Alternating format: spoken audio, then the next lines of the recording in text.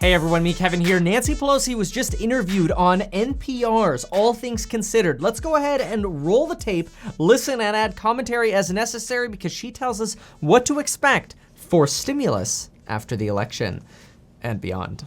Let's get into it right now. Here we go. Let's talk about Congress's unsuccessful efforts to pass another coronavirus relief package. Senate Majority Leader Mitch McConnell is saying a new COVID relief bill won't happen before the end of the year, and Congress doesn't generally have success getting big things done after an election. Are Americans going to have to wait until there is a new Congress to see a new round of COVID relief? Well, I certainly hope not, because American people need us to act now. In our bill, the HEROES Act, we are insisting that the administration have a strategic plan to crush the virus, testing, tracing, treatment, sanitation, mask wearing, and the rest. That was what was suggested with the thought that, of course, it would be done, but the administration has refused to follow the science. They have Quick note really quick. I just want to give you the time frame. Remember, the president is in office until January 21st. The next Congress comes in the first week of January. Generally, they don't start working together until after the inauguration, which would be February, which means we potentially don't see stimulus checks until the end of February or early March. Unbelievable. Follow the science. They have contempt for science, and they have 220,000 people with flags waving in their honor this morning. 150,000 of those probably would not have had to die if they had acted when we passed the bill. Instead, Mitch McConnell said, I want to pause. Now he wants to pause 2-3 months longer. This is a big claim, by the way. Nancy Pelosi is claiming that 150,000 people did not have to die had we had the HEROES Act passed back in May. And that she's using sort of this argument to say, here Mitch McConnell is wanting to wait another 2 or 3 months, because Mitch McConnell did tell us that he wants to deal with a smaller stimulus package when Republicans take control of the Senate again, or maintain control of the Senate in February.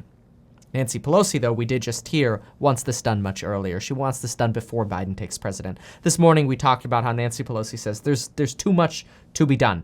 We have to get stimulus done before the presidency. There's plenty else to do once Biden takes over, in the event Biden does take over. The virus is not taking a pause, Mitch McConnell.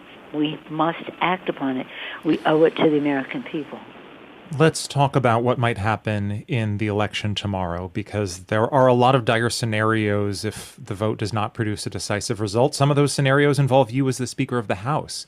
Are you confident in the resilience of American democratic systems to handle a contested election if it comes to that?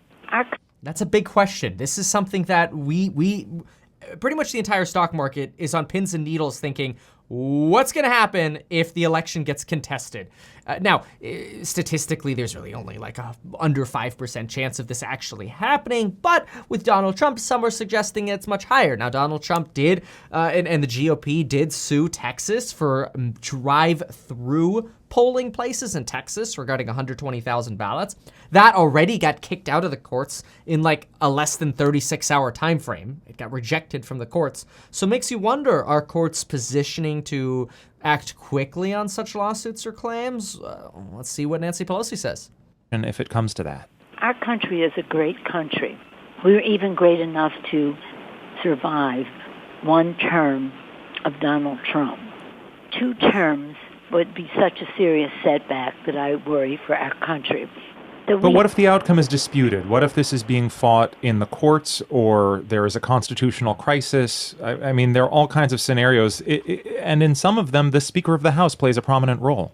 And the Speaker of the House is ready for that prominent role.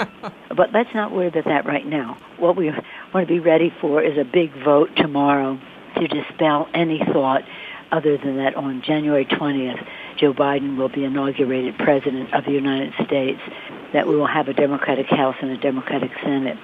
So if you do control the House, the Senate, and the White House, I know there's a lot you would like to get done. What is at the top of your list? Now, keep in mind, she mentioned, so she's going to go through this list here. Let's see what Democrats would do if they sweep tomorrow. This is interesting. But on stimulus, she's very hopeful and confident that something can get done within the lame duck session.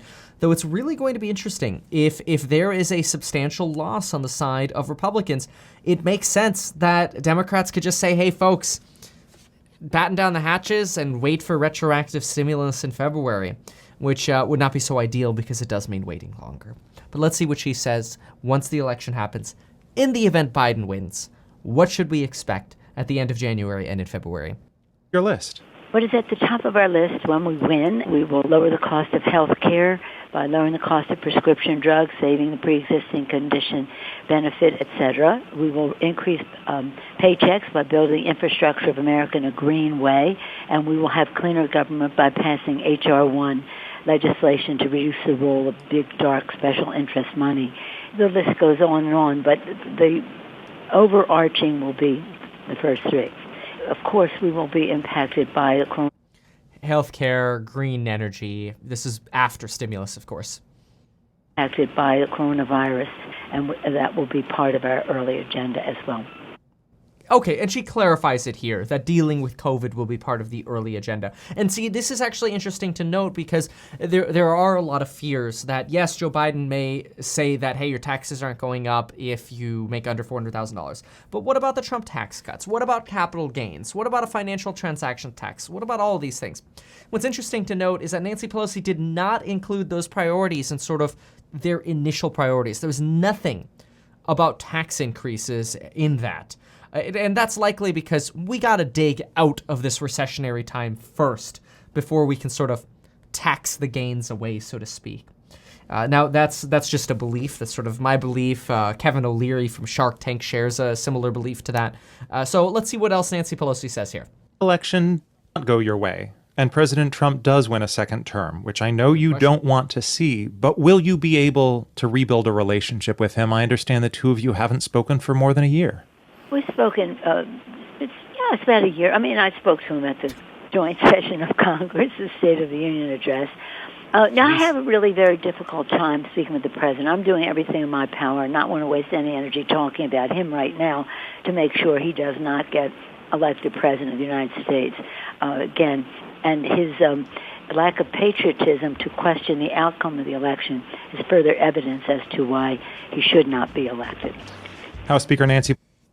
All right, well, there we have the update. So, hopeful on stimulus coming after the lame duck. Obviously, we're 24 hours away from, hopefully having at least some answers and some leading indicators. Do remember that if Donald Trump is deemed to be close tomorrow, he expects to announce a victory prematurely. And by prematurely, I mean before anybody calls the election, Donald Trump has expectations to call the election himself.